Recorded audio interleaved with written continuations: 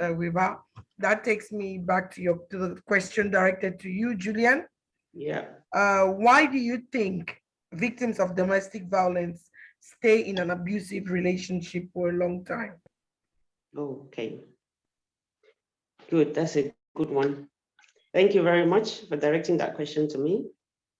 And to begin with, I must say the idea that we have that an abuse victim can just leave their abuser is a myth. It's a myth. Why do I say so? We just get up sometimes, we say, she can leave. Why did he stay so long with an abuser? Why would you stay so long? Why would you even have children? Why would you have a child with somebody abusing you? Why would you have two? Why would you stay that long in a relationship? So the idea that you think and somebody who is being abused can just leave the abuser is a myth. The fact of the issue is an abuse victim doesn't just leave their abuser. An abuse victim escapes their abuser. So we should try as much as we can to stop minimizing or the already complicated and prolonged process of escape.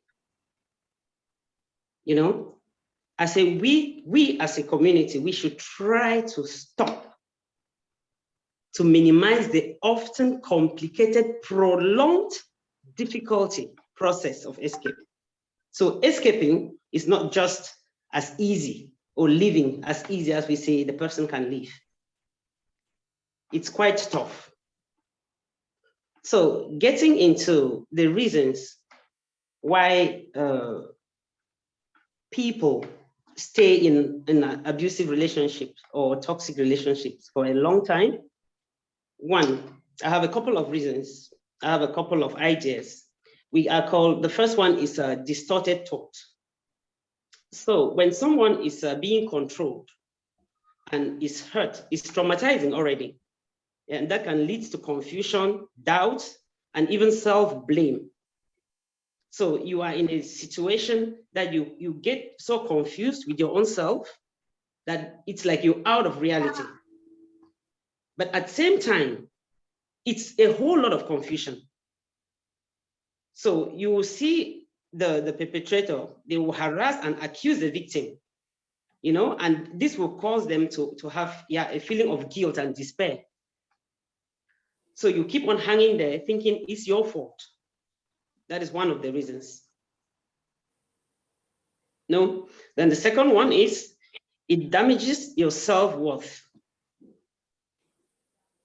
What has this got to do? A lot of women, they feel very devalued. They feel, even the perpetrator, they will tell you, they will make you believe that you are so worthless and you are so alone. That is what it feels. And you sit there and you think you deserve it. So they damage your self-worth. Accomplishing the confusion that has been set, it comes along, that is psychological aspect. It comes along, it damages your self-worth. You feel so devalued. You even doubt your image. You even doubt who you are.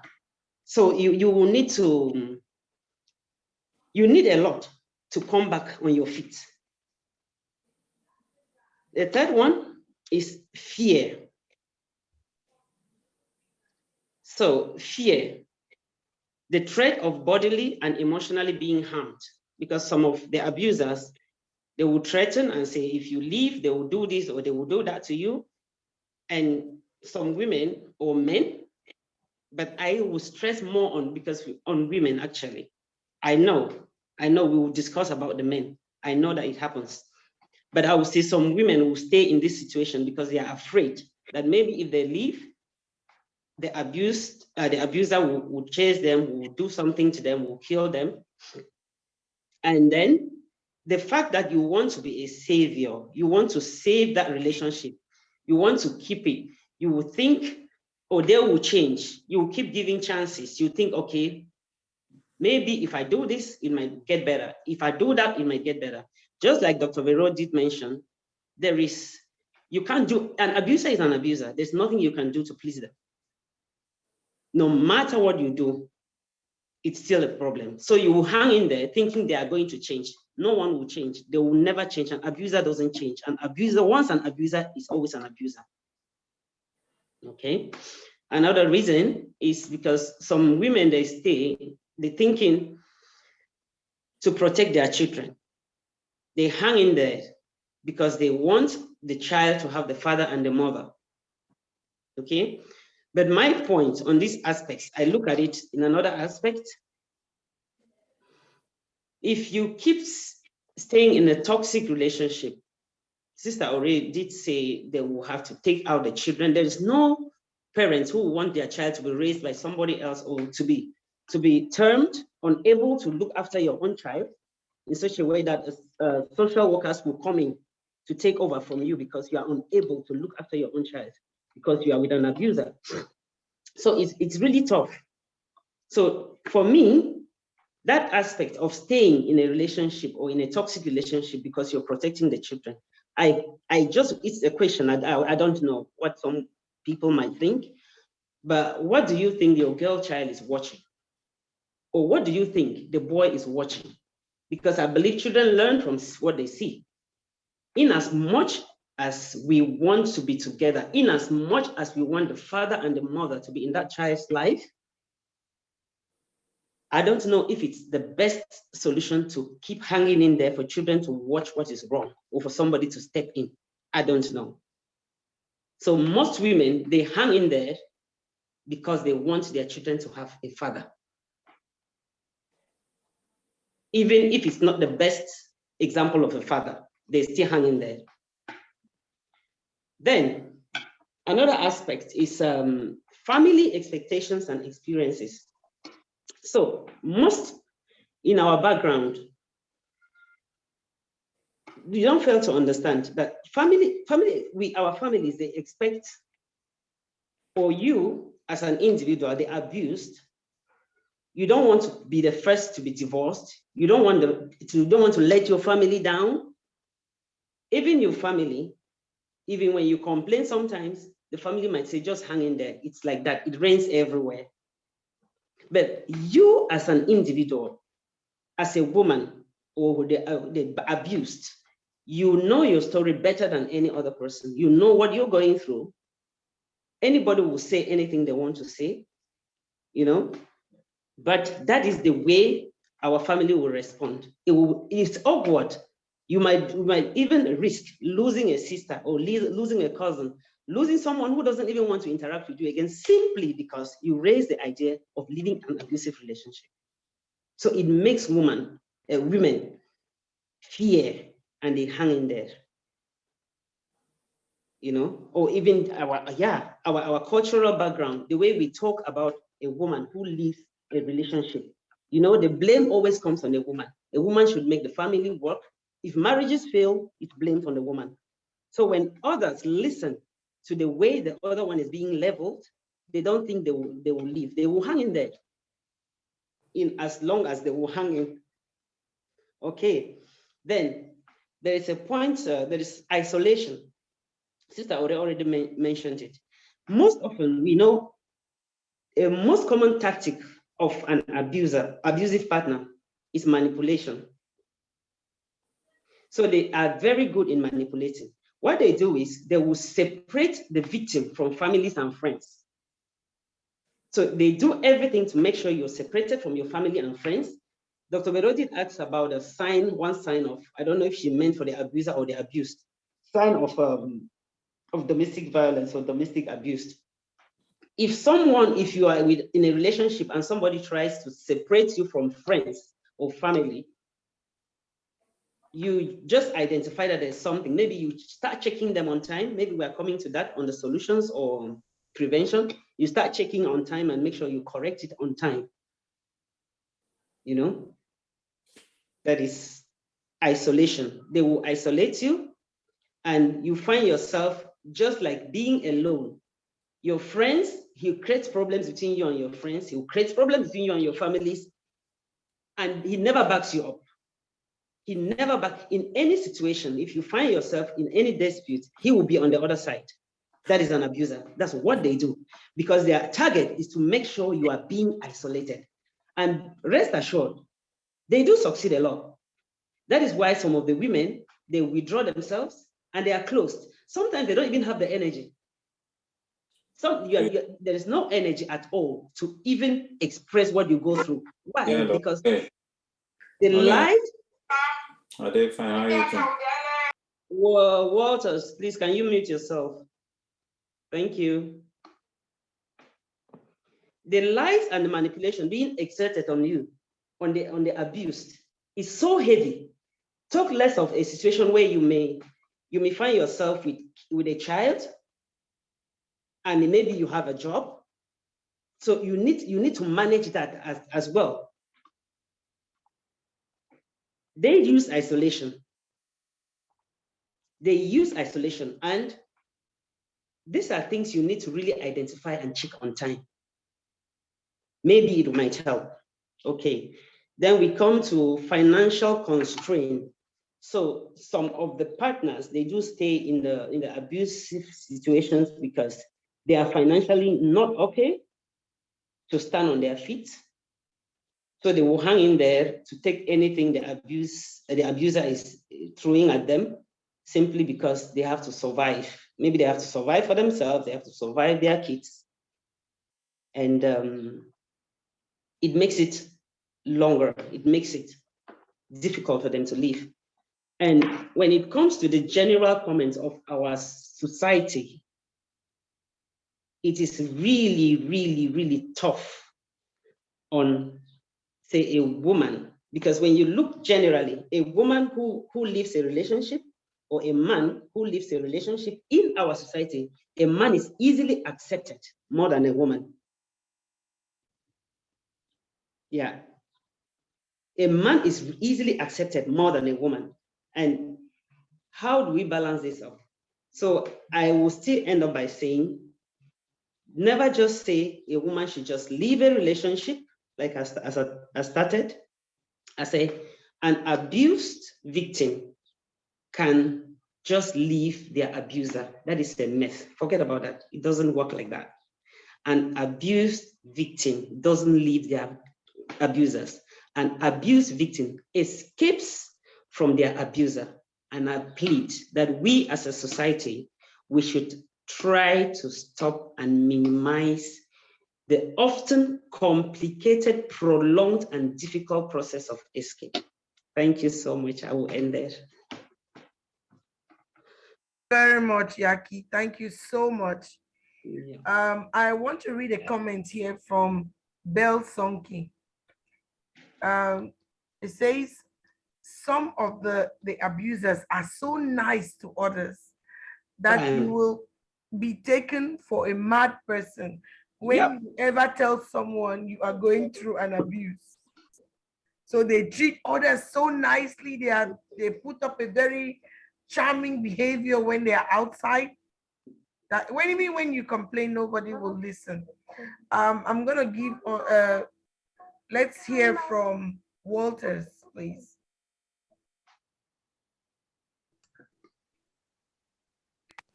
Thank you very much. I'm sorry for that interruption. I'm sorry that I picked up a call when my mic was on. I think that some of the abusers hang on for so long in such abusive relationship because some of them were betrothed to a man. Betrothed to a man, and the family keeps telling you that is the husband we have given you. It is final. And so because you want to continue to satisfy your parents or your family, you keep hanging on there because you don't want to disappoint them. And they are on with all the pressure. You know, the background where we're coming from, it's that kind of background where because Papa don't talk, because Mommy don't talk, because family don't talk, you don't have an opinion. Your opinion doesn't count. In our society is that which the woman is subservient. So long as it comes from that other side onto you, you take it. The Bible has even made things worse. That you must succumb, you must pay, you must respect, you must humble yourself to your husband. Maybe the husband is abusing you, you just have to bow down, go cap in hand, begging. You're begging even when you are being abused, you are begging. That is why some of such stay there. And like our sister earlier said, because of the children's interest, we begin to, oh, if I go, my children will get lost. If I go, this man will kill my children. You keep hanging on there. So it keeps going on for long. And before you know it, that woman dies. Most often it's a woman who is terribly physically abused. I know that men too undergo abuse, but the heavy weight and clear example is on the woman. I really feel bad. I see it. I've been a victim. I will not hide it. My mom died at the age of 43. Mm-hmm. I just got my advanced level certificate in 1995 August. My mom died in February of 1996. My mother was abused for more than 15 years. The pain is still enormous. Till now that I speak to you, I can't fathom the fact that I don't have a mother. Thank you. Thank you very much, Walter. So Thank you rest in so peace. much. Yeah. Let's move on to Magdalene. Thank you, Lady T. In short, I'm so emotional now after listening to both speakers. Yeah, I feel my sympathy, my brother. I'm sorry for the loss of your mom. Oh my God. I'm sorry, I'm too emotional. I'm sorry. Yeah. Okay, let me add a few points to what both speakers have already mentioned. I think one of the reasons I want to talk in the perspective of us living in diaspora, why some of us will stay in an abusive marriage because of integration status. Some of us because our husbands brought us here or our wives brought us here and they gave us paper, and then we are being tortured in that marriage. It makes us sometimes stay because we are afraid to lose our status. Very important. And to add to what my brother said about what our parents, what would they say? I try to blend these two together, dowry and shame to the family. We live in a context where, for example, we live with people from Turkey and some of these other countries that their daughters don't live an abusive marriage because there is what they call this honor killing. Because you are afraid to bring shame to your family, you stay there and you die. And some of us from the African context that we are married to our husbands, we are being tortured. We don't want to leave because we are afraid to leave and our parents will not be able to refund the dowry. So that is another problem that keeps some of us or some of our sisters in such homes, because they are afraid to leave. And what would the society say about their family? What would the society say about them? For me, an advisor, sometimes I advise myself as somebody who I've been through that, and I know exactly what it takes. I know exactly what it takes, and I really want to always add my voice to the many voices out there to tell women that please don't die in an abusive, in a toxic marriage. Open up, speak to a brother, speak to a sister. Yes, because an abusive marriage for me is already a broken home. We stay there sometimes because we don't want our children to live, and we say, oh, they are children from broken homes. My sister, you are just deceiving yourself. You are there, you are abused every day. Your children are there going through the same trauma as you are. And what's the reason staying there? The home is already broken. So the better you live, the earlier you live, the better for you and the kids. Thank you. Thank you very much, Magdalene. I'm going to hand over the floor to Bill Sonke. Over to you. Good afternoon or good evening, depending on where you are. Okay, I'm Belle Sonki. I've been following, but I've been in and out. Okay, I'm the founder of the Network of Solidarity, Hope and Empowerment. It's an association based in Cameroon. So somebody invited me on the share link. I'm a globetrotter. I'm not in one place, so I call myself a globetrotter. Yeah. everything that everyone has said is really important. But most especially, I want just to add that most of us don't know what it is, a healthy relationship. That is the reason, because as I always say when I do my sensitizations, I always say, before it starts, you stop DV before it starts. Because the moment you let it once, it will happen a second, third, and fourth time. That's how DV is. Before it starts, it should stop. So you as a woman or a man, what do you know when it comes to healthy relationship? What do you know? Do you know what it means? This issue, when we talk of healthy relationship, it boils down to the fact that most of us, we get into relationships for the wrong reasons. We get into relationship for the wrong reasons. Peer pressure, we get married because it's peer pressure. We want to travel, we want to go to Dubai, we want to go to France, we want to go to Europe, anywhere we want to go. So this is a problem. We have to learn to stop domestic violence before, because we should not even be sitting here today and talking about domestic violence. We've been preaching for so many years. As I always say, each one their own. It's only you, the abuser, that can stop abuse. No other person. No other person will stop abuse. Go everywhere. As long as the abuser, yeah, it was the previous speaker talked about once an abuser, always an abuser. If the abuser never seeks for help, he will remain an abuser. Also, what is so strange is, like, in the 21st century, we're talking of the 21st century, you see young girls who have objectified their, young men who have objectified their wives because of the dowry they pay. I pay money, so what? Can you, because I usually ask this question, if we have to put that you can pay money, how much did these parents, how much did you give as bride price? I've never heard that the bride price was more than 2 million. I've not heard in our Anglophone community. So imagine that every family was giving a child 20,000 for their upkeep up to their 25 years. Can you even make up for that? You can never make up for that. So we have to continue. Some other person had talked about raising our sons to understand that abuse is wrong. While we're raising them to tell them that abuse is wrong, we should raise our girls to know that they should not endure abuse that is wrong. We had rather raise healthy children out of a broken home than in a broken home.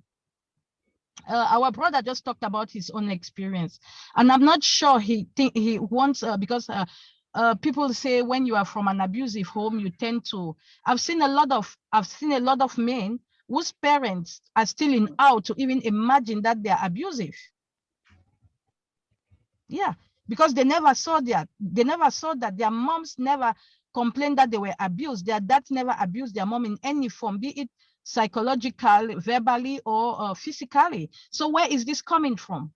Power, control.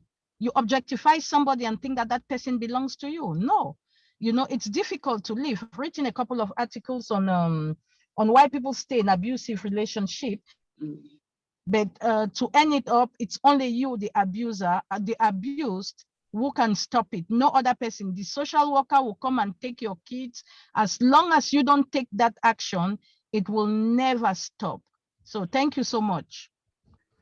Yes, thank you very much, Belle. I would like to also welcome Professor Kane in the house, joining from Nigeria. Professor Kane is there.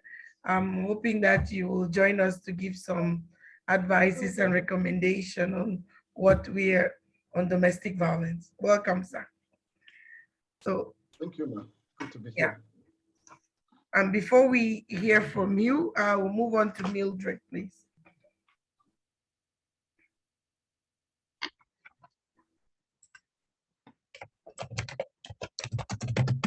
What is my question? I saw your hand was up. Okay. It's so sad. It's so sad. We have talked a lot. The consequences. Why should women stay in abusive relationship? We have talked about our society, the shame what you feel, what will society talk about you? What will society talk about your children? The family where you're coming from is already a disgrace. You as an individual, especially if you are not financially back, if you are not financially up, you start thinking, how are you going to cope? Those are the factors that make women to stay in violent relationship. I once saw something, it was a video. A lady said, especially women that are financially up, and women is something like, let me say, women that don't have a financial background, they're just housewife, they have nothing doing, those who are working, they wanted to define what does it mean to be submissive and to respect your husband.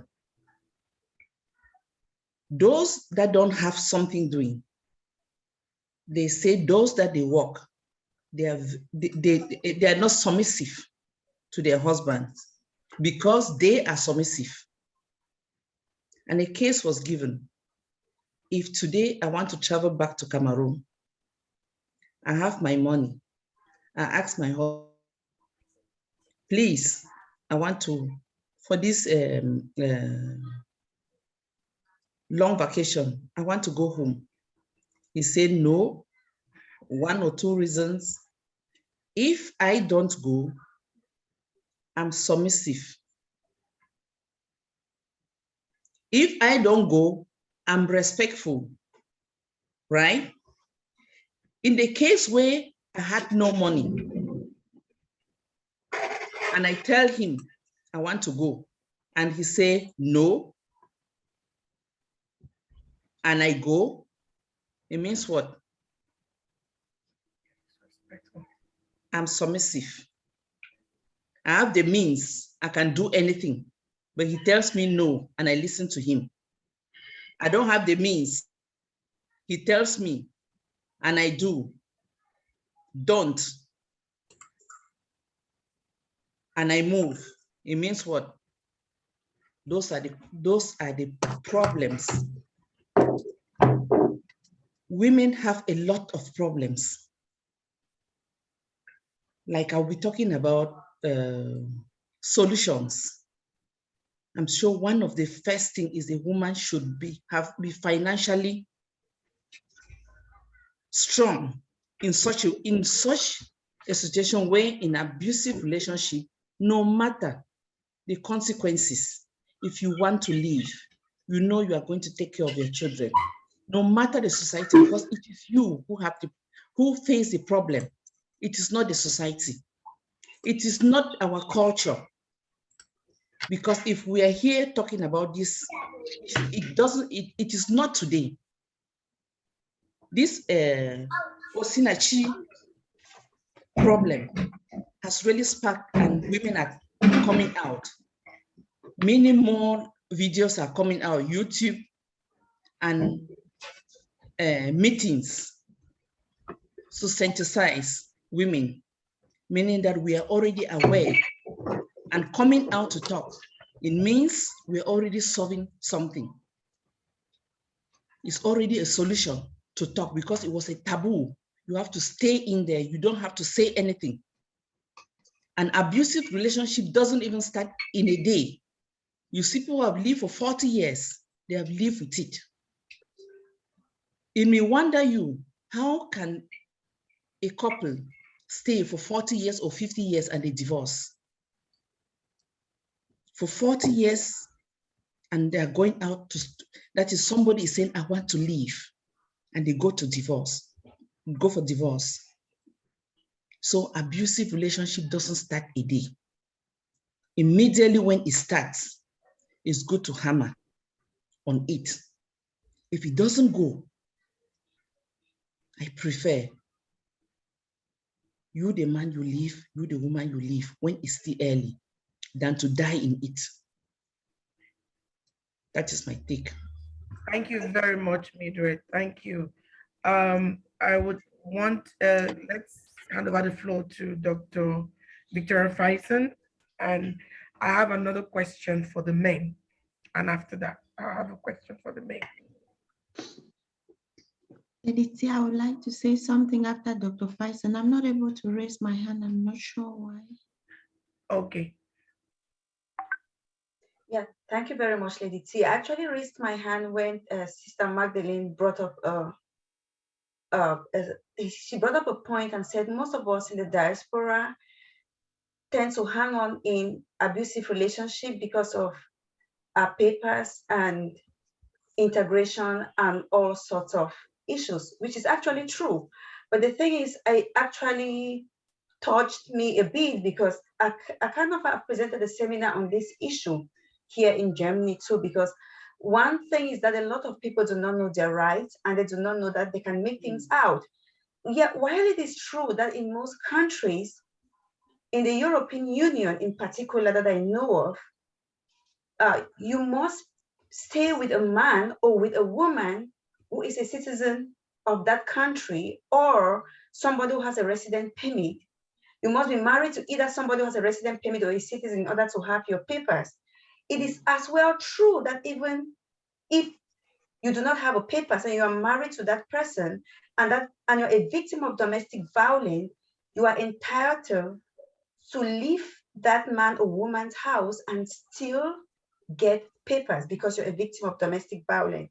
It's actually very easy to go about that. A lot of people are not aware of that, but that is the law has created an opening for that. In Germany, for example, they say, in order for you to get an independent residential status from your partner, you have to stay 3 years together with that person. At first it was 2, then it was changed to 3, that you have to stay 3 years together with that partner in order for you to get a residential status independent from the person. That means if you're married to that person and you divorce or you separate after 3 years, only after that can you get an independent residential status. So what a lot of women or men hang on there to 3 years in order to get that status and then they can leave. But that's not true, because if you are a victim of domestic violence, even if you've been just 1 month with that person, so long as you're married to that person, or in Germany where a partnership, you don't have to be married to someone, just like living together in a household. If you've been there just for a month and you are a victim of domestic violence, it makes it very easy for you to go out, get your papers, and you leave. So that's just a point I just wanted to stress, because a lot of women suffer because of that in the diaspora. No, you don't have to stay there in order for your papers. You can leave, and yes, you'll get a residential status.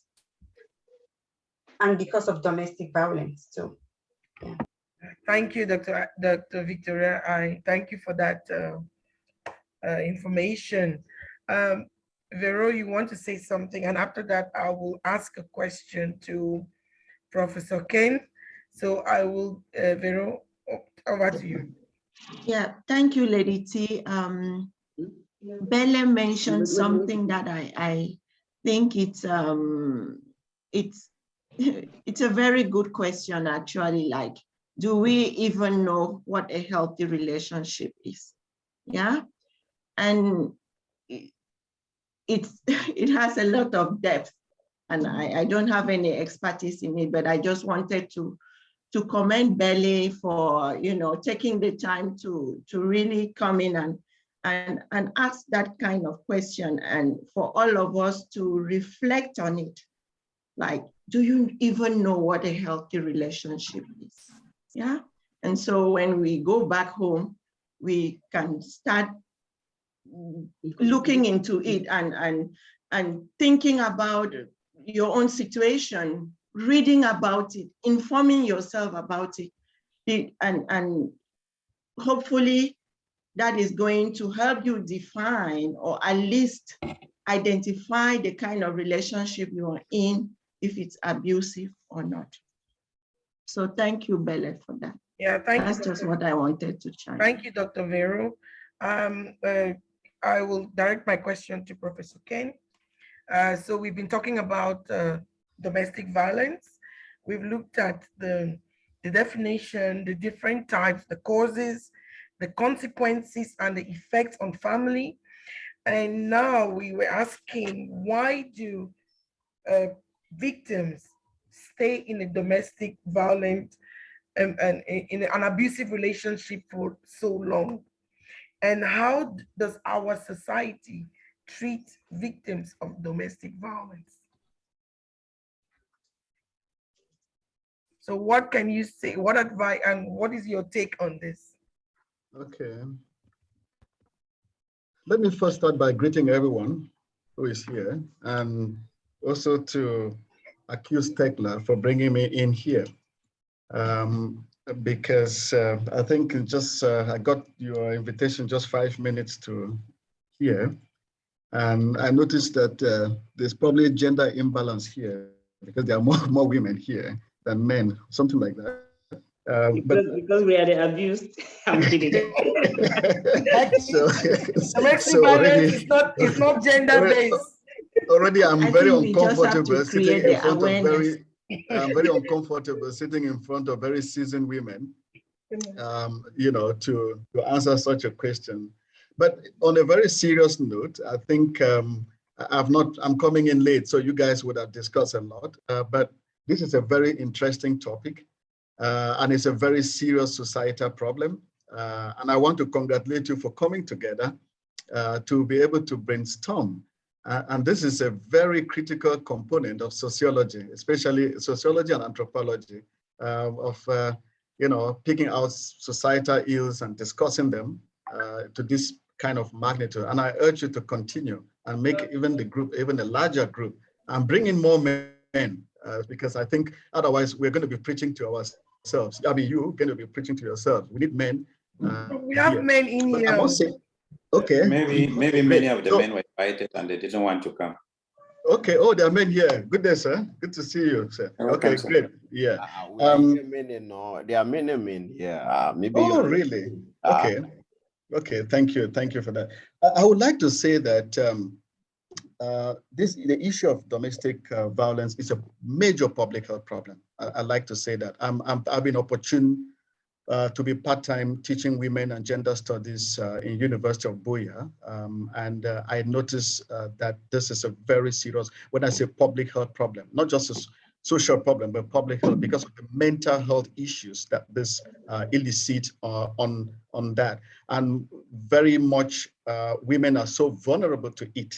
That means if you look at the dynamics of it in terms of statistics, you realize that more women are in abuse relationship than men, so to speak. So it's very critical issue. One of the things I would like to say is that there is generally masking effect. I know you've discussed the causes, and the causes, short-term, long-term causes, solutions, long-term, short-term solutions, and all that. Yeah, we're not going to go into that, but if we have time, we can delve into this, and I can share experiences on that, which I call them experiences are classified as vignettes. I would like that you treat this as vignettes. That means you take case studies. If we can take 100 case studies, we analyze them. Probably at the end of the day, in such meetings, we should be able to come up with some, fundamental solutions that could be critical for implementation. I would say there is masking effect. What is masking effect? There is what I was teaching students called gender masking effect. That means there is a certain level where, although you claim to know each other, but you still have some hidden facts about the man and the woman, and especially the men.